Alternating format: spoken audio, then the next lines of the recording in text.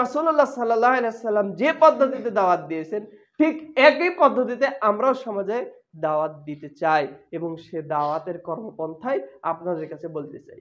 সে দাওয়াত যে ব্যক্তি নিজের জীবনে গ্রহণ করেছে, নিজে উপলব্ধি করেছে, নিজে বুঝেছে যে এটা আমার জীবনের সংস্কারের জন্য প্রয়োজন, তার যার ভেতরে এই চেতনা রয়েছে, তার মাধ্যমে সমাজের একজন মানুষ সংস্কার হওয়া সম্ভব। আর যার ভেতরে এই চেতনা নেয় সে সারা জীবন শুনে যাবে রাসূলের সহিহ হাদিস, কিন্তু তার মাধ্যমে কখনো কোনোদিন একজন মানুষ সংস্কার হবে না। আমরা মনে করি যে আমরা আহলে হাদিস আন্দোলন এবং যুব সংঘের প্রত্যেকটা কর্মী সেই চেতনা নিজে ধারণ করি এবং সেই সংস্কারের চেতনায় আমরা সমাজে দাওয়াত প্রদান করি। যখন আমরা এই সংস্কারের চেতনা নিয়ে সমাজ দাওয়াত শুরু করে দিব, ঠিক তখনই আমাদের উপরে বিভিন্ন বিপদ আপদ আসবে, যেমন ভাবে রাসূলুল্লাহ সাল্লাল্লাহু আলাইহি সাল্লামের জীবনে, সাহাবীদের জীবনে এসেছিল। ঠিক সেই সময়ে রাসূল সাল্লাল্লাহু আলাইহি সাল্লাম যেমন বজ্র কঠিন ছিলেন, সাহাবায়ে কেরাম যেমন ধৈর্যের পরাকাষ্ঠা দেখিয়েছিলেন, আমাদেরকেও ঠিক তেমনি ধৈর্য ধারণ করতে চলতে হবে। মোহতারাম উপস্থিতি, আসুন দেখি যে আমরা রাসূল সাল্লাল্লাহু আলাইহি সাল্লামের সাহাবীদের জীবনে কিভাবে নির্যাতন নিপীড়ন এসেছে, যার মাধ্যমে আমরাও সেখান থেকে কিছু শিক্ষা অর্জন করতে পারবো। আগে আমরা রাসূলুল্লাহ সাল্লাল্লাহু আলাইহি সাল্লামের দ্বীনের পথে আত্মত্যাগ, তার সাহাবীদের আত্মত্যাগটা একটা ঘটনার মাধ্যমে আপনাদের কাছে বর্ণনা করতে যাই। একজন বেদুইন ব্যক্তি ইসলাম গ্রহণ করলো। ইসলাম গ্রহণ করার পরে সে রাসূলুল্লাহ সাল্লাল্লাহু আলাইহি সাল্লামের কাছেই থাকতে চায়, কিন্তু সে গরু ছাগল চড়ায়, বিভিন্ন মাঠে যায়। রাসূল সাল্লাল্লাহু আলাইহি সাল্লাম যে কোনো কারণে তাকে অনুমতি দেননি। ইসলাম গ্রহণ করে সে তার এলাকায় চলে গিয়েছে। ইতিমধ্যে একটা যুদ্ধ হয়েছে, সেই যুদ্ধ থেকে কিছু গনিমত উপার্জন হয়েছে। রাসূলুল্লাহ সাল্লাল্লাহু আলাইহি সাল্লাম সেই গনিমতের গনিমত থেকে যেই দাস পাওয়া গিয়েছে গনিমত হিসেবে, সেগুলো সাহাবীদের মধ্যে বন্টন করে দিয়েছে। তারই ধারাবাহিকতায় ওই যে বেদুইন ব্যক্তি যে ইসলাম গ্রহণ করেছে, রাসূল সাল্লাল্লাহু আলাইহি সাল্লাম তাকেও এক ভাগ দিয়েছেন এবং তার সাথীকে বলে দিয়েছেন যে তুমি তার কাছে পৌঁছে দাও। যখন এই গনিমত তার কাছে পৌঁছে দেওয়া হলো, তখন সে বলল, কে এই গনিমত চেয়েছে, কে আমাকে এটা দিয়েছে? তো রাসূলুল্লাহ সাল্লাল্লাহু আলাইহি সাল্লাম আপনাকে দিয়েছে। তখন সে ব্যক্তি সেই গনিমত নিয়ে রাসূলের দরবারে উপস্থিত। তিনি এসে বলছেন, আল্লাহর নবী এটা কেন? তো রাসূল সাল্লাল্লাহু আলাইহি সাল্লাম বললেন যে আমরা যুদ্ধলব্ধ যে গনিমত সেটা সবার মধ্যে ভাগ করে দিয়েছে, তুমিও এক ভাগের অধিকারী হয়েছে। তো সেই সাহাবী রাসূল সাল্লাল্লাহু আলাইহি সাল্লামকে উদ্দেশ্য করে বলছেন, আল্লাহর নবী, আমি কিন্তু এই জন্য ইসলাম গ্রহণ করিনি। আমি ইসলাম গ্রহণ করেছি এই যে আমার এই জায়গাটা দেখছেন, এই জায়গায় তীর এসে লাগুক, আমি দ্বীনের পথে শহীদ হয়ে যাই, এই জন্য আমি ইসলাম গ্রহণ করেছি। সেই সাহাবী চলে গেল। কিছুদিনের মধ্যে আরেকটি যুদ্ধ সংগঠিত হলো। সেই যুদ্ধে মুসলমানগণ বিজয়ী হলেন। রাসূলুল্লাহ সাল্লাল্লাহু আলাইহি সাল্লাম শহীদদের লাশগুলোকে একে একে নিয়ে আসার নির্দেশ দান করলেন। সবাইকে নিয়ে আসা হলো। রাসূল সাল্লাল্লাহু আলাইহি সাল্লাম দেখলেন ওই বেদুইন সেদিন শহীদ হয়ে গেছে। তিনি লক্ষ্য করে দেখলেন সেই দিন ওই ব্যক্তি ঠিক যেই জায়গায় নির্দেশ করে বলেছিল যে আমি এইখানে তীর লেগে মৃত্যুবরণ করতে চাই, ঠিক ওই জায়গাতেই তীর লেগে সে শাহাদাত বরণ করেছে। রাসূলুল্লাহ সাল্লাল্লাহু আলাইহি সাল্লাম নিজের পোশাক খুলে তাকে দাফন করেছেন, তাকে নিজে কবরে নামিয়েছেন। আল্লাহকে বলেছেন, প্রতিপালক আপনি দেখলেন যে কি উদ্দেশ্যে এই ব্যক্তি আপনার দ্বীনের পথে এসেছে, আপনিও সাক্ষী থাকলেন, আমরাও সাক্ষী থাকলাম। এই দ্বীনের পথে সাহাবীদের এই আত্মত্যাগের বিনিময়ে আজকে আমরা এই জায়গায় উপস্থিত হতে পেরেছি। যদি সাহাবীগণ তাদের দ্বীনের জন্য এইভাবে আত্মত্যাগ না করতেন, তাহলে এই দ্বীন ইসলাম আমাদের মধ্যে প্রতিষ্ঠিত হয়ে বর্তমানে এই জায়গায় এসে উপস্থিত হতো না। আব্দুল্লাহ বিন মাসউদ রাদিয়াল্লাহু তাআলা আনহু এমন একজন সাহাবী যিনি রাসূলের পরে সর্বপ্রথম মক্কার মানুষদেরকে কোরআন শুনিয়েছেন। সেই সময়ে যে সময়ে কোরআনের নাম উচ্চারণ করা সাহাবীদের জন্য কঠিন ছিল, যখন ইসলাম গ্রহণকারীদেরকে কঠিনভাবে নির্যাতন করা হতো, আবু জেহেল সে যখনই শুনতো মক্কার কোনো ধনী ব্যবসায়ী ইসলাম গ্রহণ করেছে, তার বাড়িতে চলে গিয়ে হুমকি দিত তোমার ব্যবসা বন্ধ করে দিবে। যখনই শুনতো কোনো দুর্বল ব্যক্তি ইসলাম গ্রহণ করেছে তখনই তাকে বেধড়ক পিটিয়ে মারত। সেই রকম পরিস্থিতিতে আব্দুল্লাহ বিন মাসউদ রাদিয়াল্লাহু তাআলা আনহু সাহাবীরা একদিন পরস্পর গল্প করছেন যে আমাদের মধ্যে কে এরকম পারবে যে মক্কায় গিয়ে কোরআন তিলাওয়াত শোনাবে। আব্দুল্লাহ বিন মাসউদ রাদিয়াল্লাহু তাআলা আনহু তিনি তরুণ ব্যক্তি, তিনি বললেন যে আমি শোনাবো। কিন্তু তিনি ছিলেন গোলাম, তার বংশ অত উঁচু পর্যায়ে ছিল না। আর সেই সময়ে যার উঁচু পর্যায়ের বংশ, তার বংশ মর্যাদার কারণে লোকজন তার গায়ে হাত দিতে ভয় করত। সাহাবীগণ সকলে বললেন তুমি যেতে পারবা না, কারণ তোমাকে যদি আক্রমণ করে তো তোমার বংশের কেউ নাই যে তোমাকে এসে রক্ষা করবে। তারপরে তিনি যাবেন। তিনি গেলেন মক্কা চত্বরে, তিনি সূরাতুর রহমান পড়তে শুরু করলেন। যখন উপস্থিত আবু জিহেল টিহেল এগুলো যারা ছিল, এগুলো বলছে গোলামের মায়ের বেটা এগুলো পড়ে কি? তো বলছে মুহাম্মদের উপরে যে নাজিল হয়েছে যে কোরআন সেটা পড়ছে। সাথে সাথে তাকে ধরে বেধড়ক পেটানো হলো। তিনি মারটার খেয়ে সাহাবীদের কাছে চলে গেলেন। যাওয়ার পরে সাহাবীগণ বলছেন আমরা তো আগেই বলেছিলাম তোমাকে যে তুমি সেখানে যেও না। তখন তিনি বলছেন আমি তো কাফেরদের জন্য সহজ হয়ে গেলাম আজকের পর থেকে, কালকে আমি আবার যাব, আবার কোরআন শোনাবো।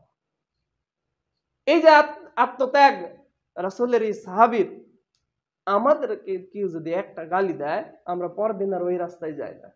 এভাবে কি দিনের দাওয়াত সম্ভব? আজকে যদি আমাদেরই দিনী ভাই যদি কোনো কারণে একটা কটু কথা বলে ফেলে তাহলে আমরা তার মুখ দেখা থেকে বন্ধ করি। এভাবে কি দিনের দাওয়াত সম্ভব? সম্ভব নয়। খাব্বাব বিন আরাত রাদিয়াল্লাহু তাআলা আনহু তিনি যে অবর্ণনীয় কষ্ট স্বীকার করেছেন, সেই কষ্ট স্বীকারের মানসিকতা কি আমাদের আছে?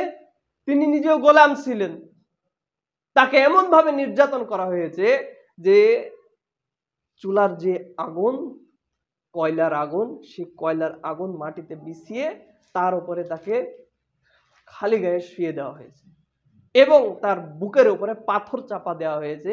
সেই পাথরের চাপায় তার রক্ত, তার চর্বি গলে গলে পিঠের নিচের আগুন নিভে গিয়েছে। এত দুঃখ এত কষ্ট তিনি স্বীকার করেছেন। একদিন দুঃখ কষ্টে রাসূলুল্লাহ সাল্লাল্লাহু আলাইহি সাল্লামের কাছে এসে বলছেন আল্লাহর নবী একটু কাফেরদের জন্য আপনি দোয়া করে দেন, তারা তো বড়ই নির্যাতন করছে। রাসূল সাল্লাল্লাহু আলাইহি সাল্লাম তিনি মক্কায় কাবা ঘরের কাছে চাদর মুড়ি দিয়ে বসেছিলেন। তিনি তখন রাগত স্বরে বলে উঠলেন বলো কি তুমি, আমাদের যারা পূর্ববর্তী জাতি ছিলেন তাদের মধ্যে এমনও অনেক ছিল যে যাদের জন্য মাটি খনন করা হয়েছে, সেই মাটির মধ্যে তাদেরকে দাবিয়ে দেওয়া হয়েছে এবং করাত দিয়ে মাথা থেকে পা পর্যন্ত তাদেরকে ফেড়ে ফেলা হয়েছে। এমনও হয়েছে যে লোহার চিরুনি দিয়ে তাদের শরীর কুবলে তাদের শরীর থেকে মাংস, তাদের শিরা উপশিরা গুলো আলাদা, হাড্ডিকে আলাদা করা হয়েছে। তারপরেও তারা ধৈর্য ধারণ করে থেকেছে। কিন্তু তোমরা বড়ই বিচলিত হয়ে যাচ্ছ, বড়ই অধৈর্য হয়ে যাচ্ছ। ইসলামের এই শাসন ব্যবস্থা একদিন এমন একটা পর্যায়ে পৌঁছাবে যেই দিন ইয়েমেনের সানা থেকে হাজরা মাউত পর্যন্ত একজন নির্দ্বিধায় হেঁটে চলে যাবে, তার কোনো পুলিশ লাগবে না, তার কোনো পাহারাদার লাগবে না। এরকমও দিন একদিনে আসবে। সেই দিন এসেছে, কাদের বদলেতে এসেছে? রাসূল সাল্লাল্লাহু আলাইহি সাল্লামের এই আত্মত্যাগী সাহাবীদের বদলে এসেছে। যদি রাসূলের সাহাবীগণ সে আত্মত্যাগ না করতেন তাহলে সেভাবে ইসলাম প্রতিষ্ঠিত হতো না। ওদারাম উপস্থিতি, ওই উপমহাদেশে রাসূলুল্লাহ সাল্লাল্লাহু আলাইহি সাল্লামের সেই একই আদর্শ ধারণ করে যে সমস্ত সাহাবীদের আদর্শ আমরা যারা বাস্তবায়ন, আমরা যারা ধারণ করেছি, আমাদেরকে যাদেরকে আহলুল হাদিস বলা হয়, এই আহলুল হাদিস উলামায়ে ইকরামও এই উপমহাদেশে অনেক দুঃখ কষ্ট সহ্য করেছে, ইংরেজদের বিরুদ্ধে সংগ্রাম করেছে, জিহাদ করেছে, সেই ইতিহাসও আপনাদের জানা। আমরা শাহ ইসমাইল শহীদ রাহিমাহুল্লাহর কথা শুনেছি, তিনি জিহাদ করতে করতে শহীদ হয়ে গিয়েছেন। এই কাফেররা, শিখ জাতিরা, এরা তার দেহকে কেটে টুকরো টুকরো করে নদীতে ভাসিয়ে দিয়েছে। আমাদেরকেও সে আত্মত্যাগের মানসিকতা রাখতে হবে। এবার আসেন আর একটা প্রসঙ্গে, সাংগঠনিক বিষয়ে আমরা চলে যাই। এখানেও একটা ঘটনার মাধ্যমে আপনাদেরকে কিছু বিষয় আমি বলতে চাচ্ছি। সেটি হচ্ছে যে আমরা জানি ইউরোপ মহাদেশ রাসূল করিম সাল্লাল্লাহু আলাইহি সাল্লামের মৃত্যুর পরে খিলাফতের জামানায় ইউরোপ মহাদেশ বিজয় হয়েছিল। উমাইয়া খেলাফতের সময়ে উমাইয়া গভর্নর, মরক্কোর গভর্নর ছিলেন মুসা বিন নুসাইর। তার মাধ্যমে ইউরোপে স্পেনে ইসলাম প্রবেশ করে এবং স্পেনে ইসলাম প্রবেশ করিয়েছিলেন যার জিহাদের বদলে তিনি ছিলেন তারেক বিন জিয়াদ। আপনারা সবাই জানেন যখন মুসা বিন নুসাইর তারেক বিন জিয়াদকে অধ্যক্ষ হিসেবে নির্বাচন করলেন, তিনি ছিলেন তরুণ, একেবারে তরুণ ছিলেন, কিন্তু তার থেকেও বয়োজ্যেষ্ঠ সেনাবাহিনীর মধ্যে মজুদ ছিল। তারপরেও তাকে নির্বাচন করা হলো।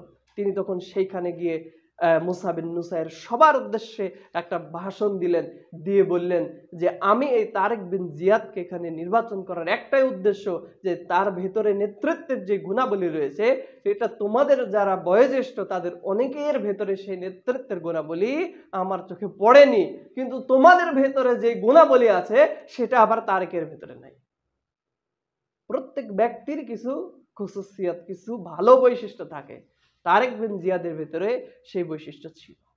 তারেক বিন জিয়াদ যখন স্পেনে জাবালুত তারিকে পদার্পণ করলেন, পদার্পণ করার পরে যেই জাহাজে চড়ে এসেছিলেন সব জাহাজকে তিনি পুড়িয়ে দিলেন। পুড়িয়ে দিয়ে সেনাবাহিনীর সামনে বক্তব্য দিলেন যে সামনে আমাদের লক্ষ্য, পরকালে আমাদের জান্নাত, আমাদের পিছনে ফিরে যাওয়ার কোনো সুযোগ নাই, হয় জান্নাতে যাব অথবা পৃথিবীতে শহীদ হয়ে যাব, হয় গাজী হব নয় শহীদ হব। এই যে ঐতিহাসিক বক্তব্য দিলেন, সে একই বক্তব্যের কারণে স্পেন মুসলমানদের অধিকারে চলে আসলো। যখন স্পেন মুসলমানদের অধিকারে আসলো তখন মুসা বিন নুসাইর তারেক বিন জিয়াদকে চিঠি লিখে বললেন যে আপনি, স্পেনের তো একটা জায়গা তখন এসেছিল, আরো তো অনেক শহর আছে, তিনি তাকে বললেন যে আপনি আর সামনের দিকে অগ্রসর হবেন না। তাকে তিনি সেভাবে সেখানেই দাবিয়ে রাখলেন। কিন্তু ইউরোপ কাদের দখলে ছিল তখন? খ্রিস্টানদের দখলে। পৃথিবীর সব থেকে চক্রান্তকারী জাতি এই ইহুদি খ্রিস্টান জাতি, যাদের চক্রান্তের বলি হচ্ছে আজকে মুসলমানগণ। তাদের চক্রান্ত থেমে থাকবে না। তিনি এই দূরদর্শিতা অবলম্বন করলেন যে তিনি তার ঊর্ধ্বতন দায়িত্বশীলের চিঠি পাওয়ার পরেও, গভর্নরের চিঠি পাওয়ার পরেও, তিনি যার অধীনস্থ তার নির্দেশনা পাওয়ার পরেও তিনি সামনের দিকে অগ্রসর হলেন,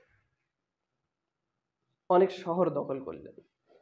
এর কারণে মুসলমানগণ সেখান থেকে, স্পেনের উত্তরে আছে পিরানিস পর্বতমালা এবং তার পর্বতের পরে রয়েছে ফ্রান্স, যদি আরেকটু অগ্রসর হতেন তাহলে সেই পিরানিস পার হয়ে ফ্রান্সে চলে যেতেন।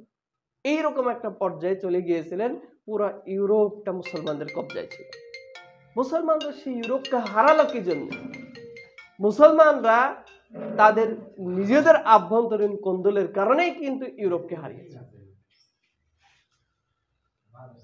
তাকে যখন মুসা বিন নুসাইর নিষেধ করলো, নিষেধ সত্ত্বেও তিনি অগ্রসর হলেন। এই যে মুসা বিন নুসাইর একটা রাগ হয়ে গেল যে আমার নির্দেশনা সে উপেক্ষা করলো। সেনাবাহিনী গঠন করলেন, গঠন করে তিনি মরক্কো থেকে চলে গেলেন স্পেনে। স্পেনে যাওয়ার পরে তিনি তারেক বিন জিয়াদকে তার সমস্ত সৈন্যের সামনে চাবুক দিয়ে পিটালেন। অপরাধ একটাই, যে তার কথা শুনে। এখান থেকে আমার আপনার প্রত্যেকের শিক্ষণীয় একটা বিষয় রয়েছে। সেটি হচ্ছে কি, 1 নম্বর শিক্ষণীয় বিষয়, যে আমাদের প্রত্যেকের ভেতরে কিছু ভালো বৈশিষ্ট্য রয়েছে। সেই ভালো বৈশিষ্ট্য যেটা আমার ভেতরে রয়েছে সেটা অন্য কারো ভেতরে নাও থাকতে পারে। এই জন্য আমার ভেতরে যে বৈশিষ্ট্যটা রয়েছে সেই বৈশিষ্ট্য, সেই গুণের মাধ্যমে আমাকে সমাজ সংস্কারের কাজে অগ্রগামী হতে হবে। আমি ভালো বক্তব্য দিতে পারি, সেই বক্তব্যের মাঠে আমাকে সংস্কার করতে হবে। আমি ভালো লিখতে পারি, আমাকে লেখনের মাধ্যমে সমাজ সংস্কার করতে হবে। আমি ভালো মানুষের কাছে কথা বলতে পারি, মানুষকে ভালো কনভিন্স করতে পারি, এটাও একটা গুণ। মানুষকে কনভিন্স করে আন্দোলন, যুব সংঘের যে দাওয়াত, লিফলেট, পত্রিকা, বই, সেগুলো দিয়ে দিয়ে আমাকে সংস্কার করতে হবে। আপনিও তখন দায়ী। এই দায়ী, এই আপনার সেটা করার জন্য তো মাদ্রাসায় আপনাকে পড়া তো শর্ত হচ্ছে না। আপনি মানুষকে একটা বই দিবেন, তার জন্য কি আপনাকে মাদ্রাসায় পড়তে হবে? কিন্তু আপনি তো দায়ী হলেন, আপনি তো তখন দিনের দাওয়াত দিচ্ছেন মানুষকে। দ্বিতীয় আরেকটা শিক্ষা হচ্ছে যে ওই সময় যখন মুসা বিন নুসাইর যখন তারেক বিন জিয়াদকে পিটালেন, তিনি যদি খালি একবার তার সেনাবাহিনীকে নির্দেশ দিতেন যে মুসা বিন নুসাইরকে গ্রেফতার করা হোক, তার এক আদেশে মুসা বিন নুসাইর গ্রেফতার হয়ে যেত। কিন্তু তিনি সেটা করলেন না। তিনি একটা ধৈর্য ধারণ করলেন, সেই ধৈর্যের একটা ফলও আসলো। সেই জন্য এখান থেকে আমাদের জন্য একটা শিক্ষা হচ্ছে, অনেক সময় আমাদের মুরব্বীরা ভুল করে বসে না। যদি তারেক বিন জিয়াদ সেই মুরব্বীর নির্দেশনা উপেক্ষা করে অন্যান্য শহরগুলো জয় না করতেন, তাহলে ইউরোপ মহাদেশে 300 বছর মুসলমানরা শাসন করতে পারতো না। মুসা বিন নুসাইরের এই নির্দেশনা অবশ্যই ভুল ছিল, কিন্তু তিনি কি সেই ভুলটা বুঝতে পেরেছিলেন? সেই সময় বুঝতে পারেন। তিনি কি জন্য এই নির্দেশনা দিয়েছিলেন? অহংকারে। আজকে যদি আমি তারেক বিন জিয়াদকে না থামিয়ে দিই, তাহলে সারা পৃথিবীর মানুষ তারেক বিন জিয়াদেরই প্রশংসা করবে, নেপথ্যে যে আমি মুসা বিন নুসাইর ছিলাম এটাকে জানবেই না। এই যে একটা ক্রেডিট, সেই ক্রেডিট পাওয়ার জন্য তিনি তাকে থামিয়ে দিলেন। অনেক সময় আমাদের মুরব্বীদের ভিতরে এবং আমাদের ভিতরেও সেই একটা ক্রেডিট পাওয়ার চিন্তা চেতনা থেকে থাকে। এই চেতনা থেকে আমাদেরকে বের হয়ে আসতে হবে। যে প্রস্ফুটিত হতে চাচ্ছে তাকে প্রস্ফুটিত হওয়ার সুযোগ দিতে হবে, কেননা তার মাধ্যমেই তো সমাজের সংস্কার হচ্ছে। সে তো নিজের জন্য করছে না, কার জন্য করছে? দিনের দাওয়াতের জন্য করছে। তার এই সিদ্ধান্ত ভুল ছিল। এই ভুল সিদ্ধান্ত উপেক্ষা করার কারণে তিনি শাস্তি দিলেন তারেক বিন জিয়াদকে। সেই সময়ে তার শাস্তি দেওয়াটা যেমন অন্যায় ছিল, তারেক বিন জিয়াদের ধৈর্য ধারণ করাটা ন্যায় ছিল। তিনি যদি সেই সময়ে নির্দেশ দিতেন, তো তিনিও সেনাবাহিনীকে নির্দেশ দিতেন, তাহলে তিনিও অপরাধী হতেন। অনেক সময় আমাদের মুরব্বীরাও ভুল করে বসে, সেই সময় আমাদেরকে অবশ্যই ধৈর্য ধারণ করতে হবে। যদি আমাদের ভিতরে সেই ধৈর্য ধারণের মনোভাব না থাকে, তাহলে আমাদের দ্বারা কখনো সমাজ সংস্কার হবে না। মজার উপস্থিতি, আজকের এই প্রশিক্ষণে আমি আপনাদের কাছে এই দুইটা জিনিসই বলতে চাচ্ছি, যে আমরা যে দাওয়াতটা আমাদের নিজেদের বুকে ধারণ করেছি, সে দাওয়াত সমাজে বাস্তবায়নের জন্য আমাদেরকে দিন রাত পরিশ্রম করতে হবে। যখন সময় পাবো ঠিক তখনই আমাদেরকে পরিশ্রম করতে হবে, দাওয়াত দিতে হবে। আর সে দাওয়াত দানের ক্ষেত্রে সর্বোচ্চ ত্যাগের মানসিকতা আমাদেরকে থাকতে হবে এবং সর্বোচ্চ ধৈর্য ধারণ করতে হবে। আল্লাহ সুবহানাহু ওয়া তাআলা আমাদেরকে যেন কবুল করেন, এই দিনের পথে দায়ী হিসেবে, সমাজ সংস্কারের কাফেলায় আমাদেরকে একজন কর্মী হিসেবে যেন কবুল করেন, এবং আমাদের সকলের শ্রম সার্থক যেন হয়। আল্লাহ সুবহানাহু ওয়া তাআলা এর বিনিময়ে আমাদের সবাইকে যেন জান্নাতে দাখিল করেন। আমিন। ওয়া আখিরু দাওয়ানা আলহামদুলিল্লাহি রাব্বিল আলামিন। আসসালামু আলাইকুম।